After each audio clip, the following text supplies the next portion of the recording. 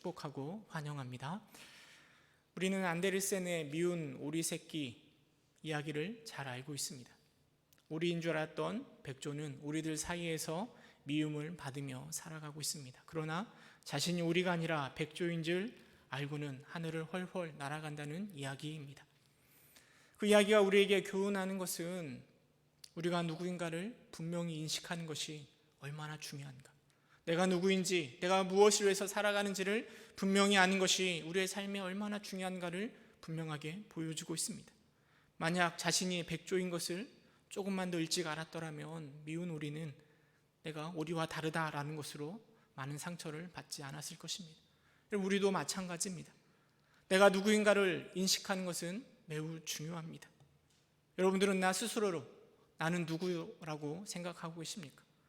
물론 나를 표현할 수 있는 것들이 많이 있죠.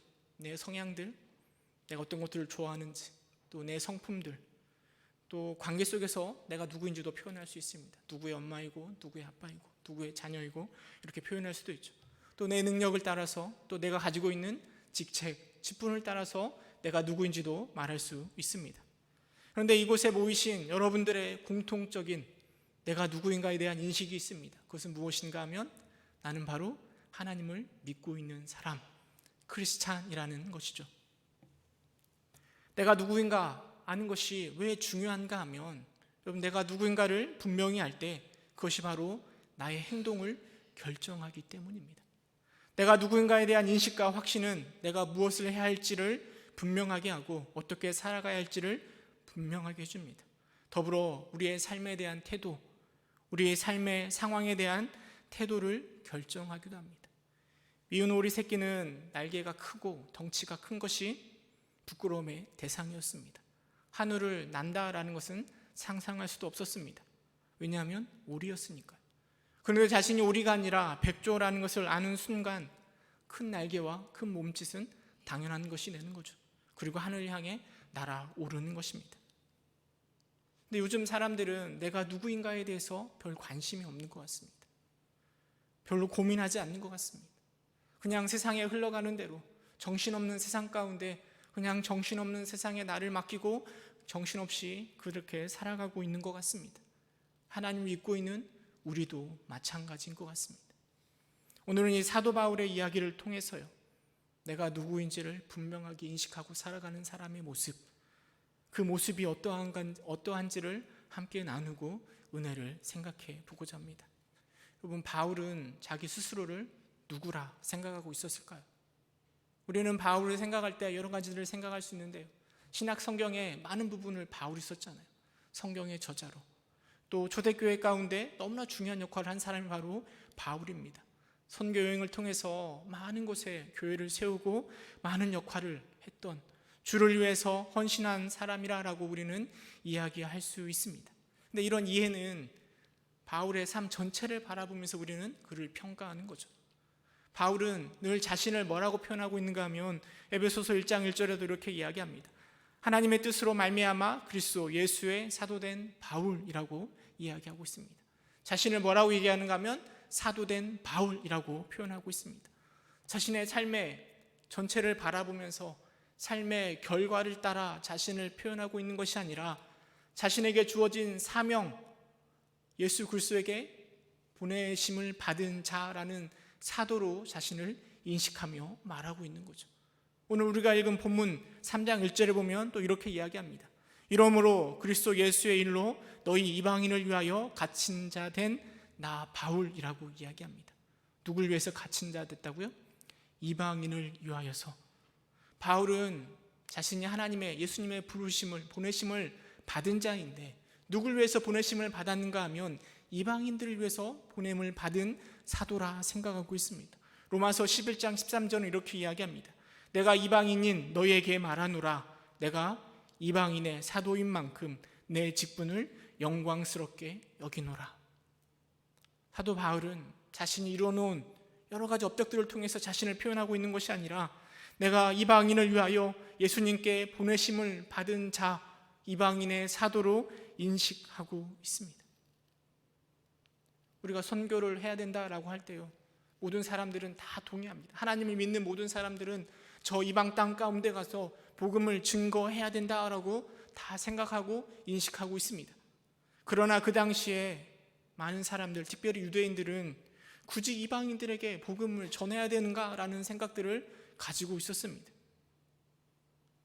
구약에 기록된 하나님도 알지 못하고, 하나님 어떻게 섬겨야 되는지 율법도 알지 못하고, 어떻게 제사 드려야 되는지도 모르는 그들에게 굳이 복음을 전해야 되는가, 선민의식에 빠져 있었습니다. 그런데 그때 하나님께서는 누굴 사용하셨는가 하면 이 바울을 사용한 겁니다. 전혀 하나님을 알지도 못하는 이방인들에게 복음을 전하기 위하여서 이방인의 사도로 바울을 세우셨습니다. 근데 사실 이방인에게 복음을 전하는 건 훨씬 더 힘든 일입니다. 성경을 알기를 하나요? 아니면 어떻게 하나님을 섬겨야 되는지를 알기를 하나요? 아무것도 모르는 그들에게 처음부터 하나하나 가르친다라는 건 훨씬 더 힘든 일입니다. 그 일을, 그 직분을 감당하기 위해서 바울은 3번에 걸쳐서 선교 여행을 떠났습니다. 그리고 마지막에 복음을 예루살렘에 증거하기 위해서 예루살렘으로 입성합니다. 근데 예루살렘에는 바울을 죽이고자 하는 많은 유대인들이 있었습니다. 그래서 바로 감옥에 갇히고, 그리고 자신의 로마 시민권을 이용해서요, 미결수로 저 로마의 감옥으로 갇혀간 것이죠. 로마 감옥에 갇혀있는 상황 속에서 바울이 지금 이 에베소서를 쓰고 있습니다. 인간적으로 생각해 볼 때 자신의 모든 삶을 그 이방인의 사도라는 것을 위해서 투자했잖아요. 다 바쳤잖아요. 온 땅을 헤집고 다니면서 복음을 전했습니다. 그런데 그 결과가 무엇인가 하면 감옥에 갇혀 있는 겁니다. 로마 감옥에 갇혀 있는 것이고, 자신을 죽이려고 하는 많은 사람들의 생명의 위협을 받고 있는 바울의 상황을 생각해 볼 때 어쩌면 바울의 마음에 서운한 마음이 있을 법도 합니다. 그러나 바울에게 있어서 이방인을 위하여 하나님이 나를 사용하신다, 이방인의 사도라라는 분명한 자기인식이 바울에게 있습니다. 그래서 이 분명한 자기 자신에 대한 인식은 내가 무엇을 해야 할지, 또 나에게 발생하는 이 모든 일들을 어떻게 바라봐야 할지를 분명하게 해준다라는 거죠. 사실 감옥에 갇힌 것은 어쩔 수 없는 자신의 상황 아니겠습니까? 우리 중에 누가 감옥에 갇히기를 원하는 사람이 어디 있겠습니까? 그러나 바울은 그런 상황을 이방인의 사도로 그 모든 것들을 바라보고 수용하고 있다는 거죠. 1절에 보면 내가 이방인을 위하여 감옥에 갇혔다라고 말하고 있습니다. 내가 감옥에 갇혀 있는데 이것을 무엇과 연관시키는가 하면 내게 주신 하나님의 사명을 따라 내가 이곳에 갇혀 있다라고 바라보고 생각하고 있는 거죠. 2절에 보면 이렇게 이야기합니다. 13장 2절에 보면 너희를 위하여 내게 주신 하나님의 그 은혜의 경륜을 너희가 들었을 터이라 라고 이야기합니다. 여기서 경륜이라고 하면 관리하다라는 단어에서 파생된 단어입니다. 그러니까 경륜이라는 것은 하나님의 관리, 하나님의 계획이라고 할 수 있습니다. 바울은 자신의 삶에 대해서 확신을 가지고 있는 거죠. 모든 것이 그냥 우연히 어쩌다 일어나는 것이 아니라 하나님의 사명을 따라, 하나님이 주신 사명을 따라, 그리고 하나님의 경륜으로, 하나님의 계획으로 내가 이 자리에 서 있음을 바울이 분명하게 인식하고 있는 것입니다. 이것이 자기 자신 혼자만의 생각이 아니라 너희가 들은 나의 삶의 모습을 통해서 너희도 듣고 인정하고 확신하는 것이라 바울이 말하고 있는 것입니다. 여러분, 바울은 자신의 삶의 여정을 바라보면서 어떠한 시각으로 바라보는가 하면 내 사명이 무엇인가, 이방인의 사도라는 이 사명을 통하여서 자신의 삶의 모든 일어나는 것들을 바라보고 있고 그것과 연관시켜 생각하고 있는 것입니다. 로마 감옥에 갇혀 있든 에베소 교회 가운데 편지를 쓰고 있든 이 모든 것들을 내게 주신 사명이라는 그 사명의 관점을 가지고 자신의 상황을 바라보고 있는 것입니다. 바울은 7절에 이렇게 이야기합니다. 우리 3장 7절 말씀 우리 함께 읽어보도록 하겠습니다. 시작.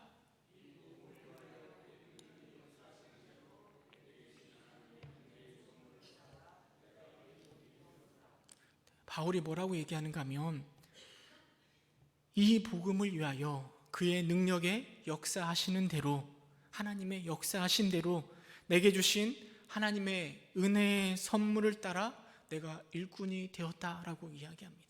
그냥 막 일꾼이 된 게 아니라 모든 것이 다 하나님의 역사하심과 하나님의 소명과 부르심을 따라 내가 하나님의 일꾼이 되었다라고 이야기하고 있습니다. 지금 바울이 에베소에게 편지를 쓰면서 로마 감옥에 갇혀 있을 때요, 지금까지 걸어왔던 바울의 삶은 결코 평탄치가 않았습니다. 수없이 많은 죽음에 또 많은 어려움들이 있었습니다. 감옥에 갇혀 있으면서요, 자신이 고생한 것들, 얼마나 힘들고 얼마나 어렵게 여기까지 왔는가 할 말들이 굉장히 많이 있을 것입니다. 그런데 3절부터 6절까지 그 내용을 살펴보면 그런 것들이 전혀 기록되어 있지 않습니다. 무엇이 기록되어 있는가 하면 이방인들도 복음의 상속자가 됨을, 그래서 내가 해야 할 일들, 곧 이방인에게 복음을 전하는 것에, 그 사실에 집중하며 말하고 있습니다.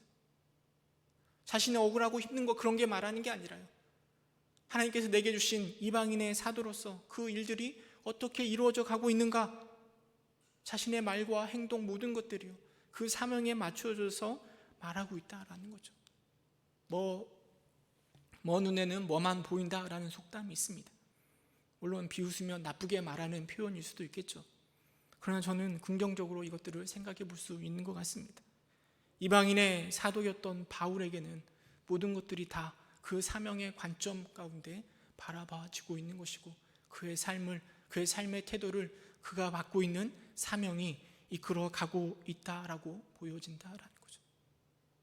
이 바울을 보면서 바울의 생각과 그의 삶을 이끌어 가고 있는 그 사명을 바라보면서 우리의 모습들을 좀 돌이켜보게 되는 것 같습니다. 바울은 자신의 삶을 사명을 따라, 자신의 상황을 사명의 관점에서 다 바라보고 생각하고 이끌어가고 있습니다. 그런데 우리의 삶은 어떠합니까? 여러분의 삶 가운데 나의 삶을 이끌어가고 있는 것이 무엇입니까?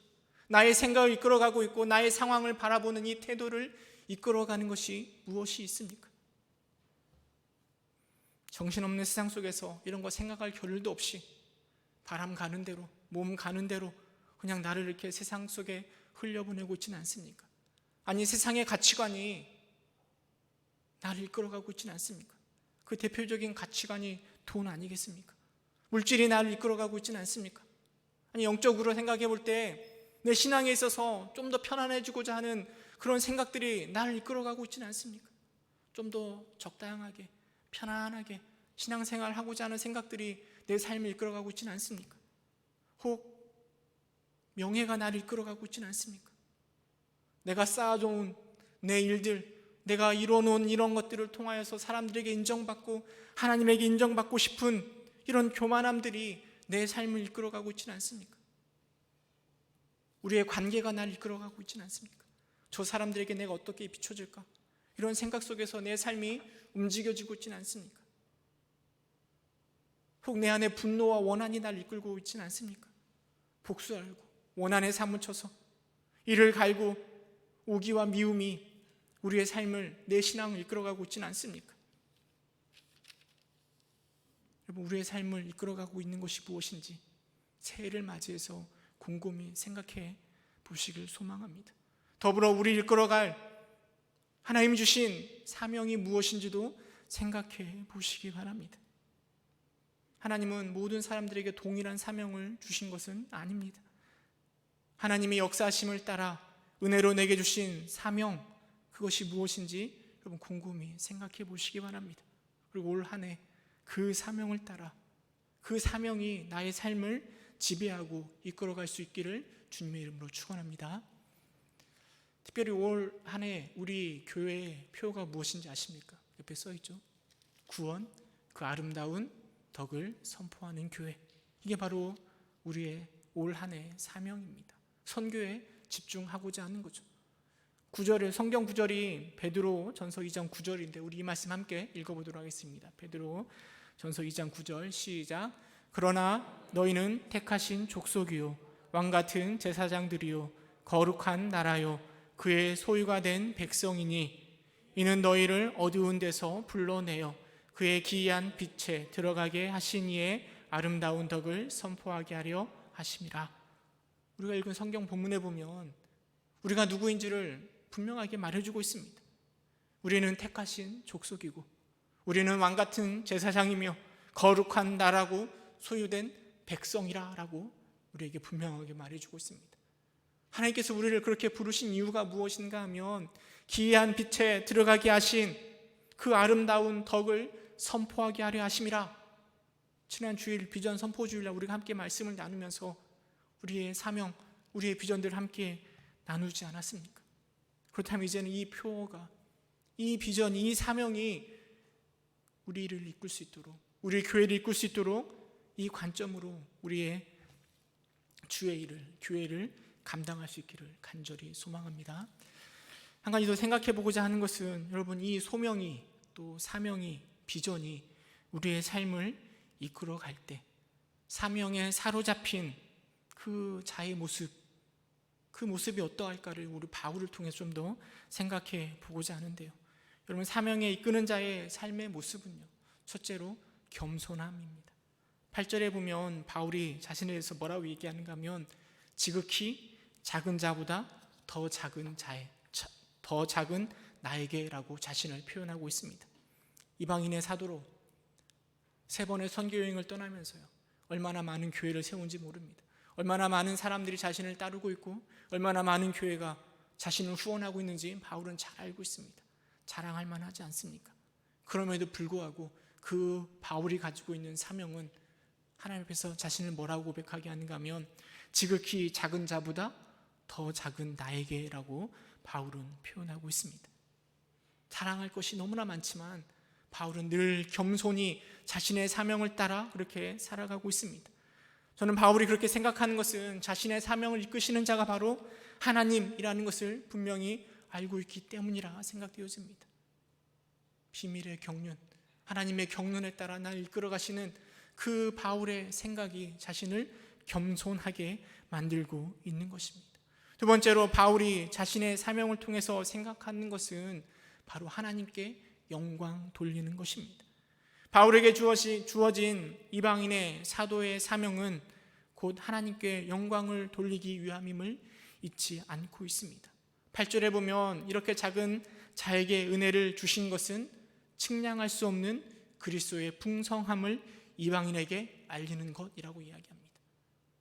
나에게 그런 사명을 주셨는데 그것이 무엇인가 하면 측량할 수 없는 그 하나님의 은혜를 이방인들에게 알려주려고 나를 이렇게 세웠다라는 겁니다. 9절에 보면 이렇게 이야기합니다. 3장 9절에 영원부터 만물을 창조하신 하나님 속에 감추어졌던 비밀의 경륜이 어떠한 것을 드러나게 하려 하심이라 라고 이야기하고 있습니다.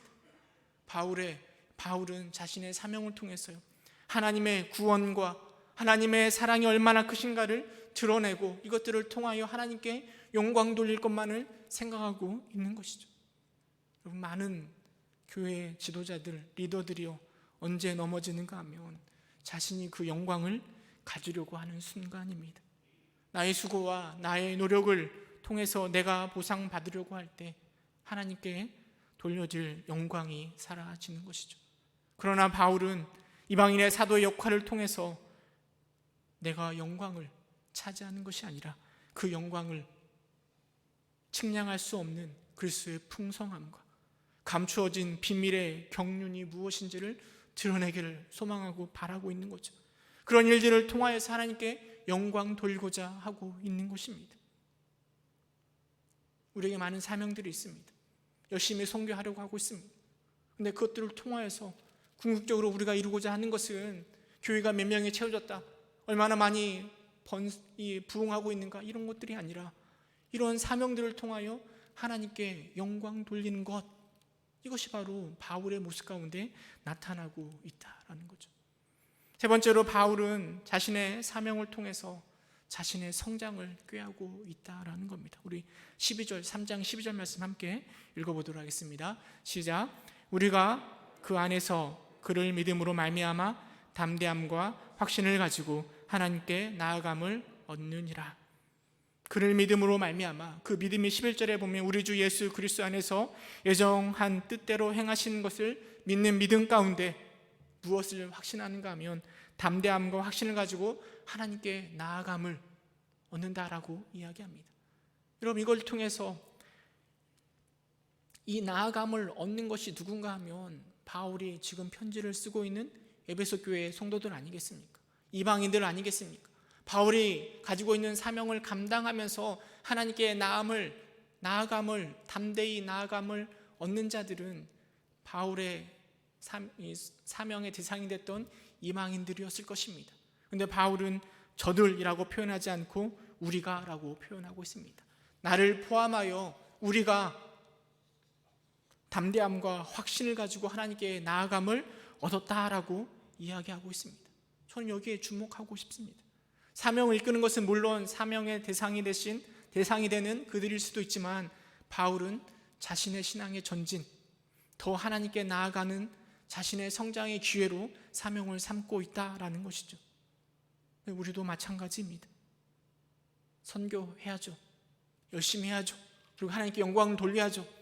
그래서 그것들을 통하여서 무엇보다 내 믿음이 성장해야 되는 겁니다. 때로는 주의 사명을 감당하면서요, 탈진하는 경우가 굉장히 많이 있습니다. 나에게는 아무런 유익이 없고 나에게는 온전히 헌신과 섬김만 요청하는구나 라고 생각할 수도 있습니다. 그러나 바울은 사명을 바라보면서 그 사명을 통하여 자신의 성장의 기회로 발판으로 삼아가며 헌신하고 사명을 담당하고 있다는 겁니다. 사명이 나를 이끌 때요, 우리는 이것을 꼭 기억해야 됩니다. 사명을 통하여 내가 성장해야 된다. 내가 하나님께 나아감에 있어서 나의 사명이 큰 일을 감당해야 된다. 이것들을 꼭 기억하시기 바랍니다. 네 번째로 바울은 두려움을 극복하고 있습니다. 고난에 대한 두려움을 극복하고 있습니다. 13절에 보면 이렇게 이야기합니다. 그러므로 너희에게 구하노니 너희를 위한 나의 여러 환난에 대하여 낙심하지 말라.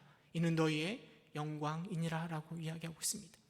수고하고 또 그러나 고난을 당하고 어려움 가운데 생활하고 있는 바울을 보면서요, 에베소 교인들이 낙담할 수 있습니다.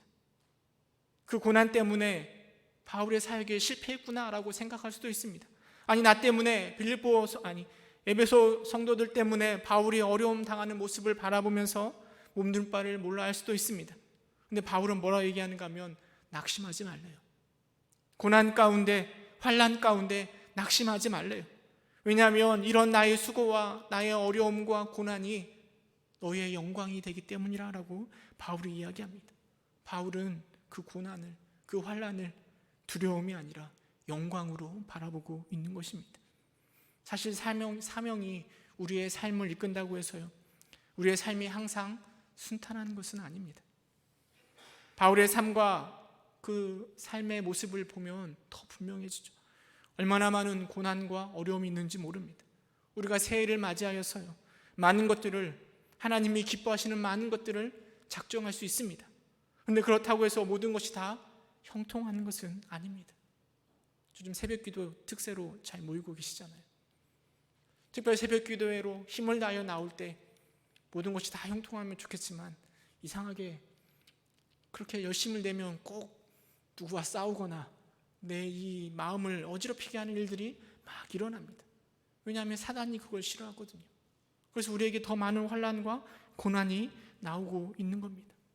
근데 바울은 그런 고난과 환난을 바라보면서요, 두려워하지 말라라고 말합니다. 오히려 그 핍박과 고난과 박해는 우리의 영광이다라고 말하고 있는 것이죠. 여러분, 사명이 우리의 삶을 이끌어갈 때 우리의 모습은 더 겸손하게 만드는 것이고, 사명을 통하여 어떻게 하면 하나님께 영광을 돌릴 수 있을까, 이것을 생각하게 하는 것이고, 그리고 그 사명을 통하여 내가 어떻게 성장할까를 바라보게 하는 것입니다. 더불어 고난조차도 하나님의 영광으로 바라보는 태도, 이것이 바로 사명이 우리의 삶을 이끌어가는 자의 모습임을 여러분 기억하시고 올 한 해도 그 사명 가운데 승리하시기를 축원합니다. 우리는 미운 오리 새끼입니다. 이 세상 속에서 살아가는 미운 오리 새끼입니다. 세상 사람들은 우리를 바라보면서 왜 너희들은 우리와 다른가? 왜 그렇게 살아가는가? 우리를 비웃고 조롱하고 비난할 수도 있습니다. 때로는 우리를 힘들게 하고 낙담시킬 수도 있습니다. 그러나 우리는 기억해야 됩니다. 우리가 누구인가? 우리가 무엇을 해야 하는가? 우리는 택하신 족속이고 왕같은 제사장이며 거룩한 나라이고 그의 소유된 백성입니다.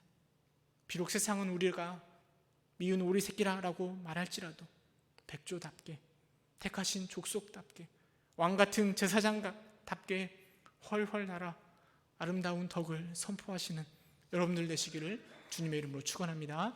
함께 기도하도록 하겠습니다. 은혜가 풍성하신 하나님,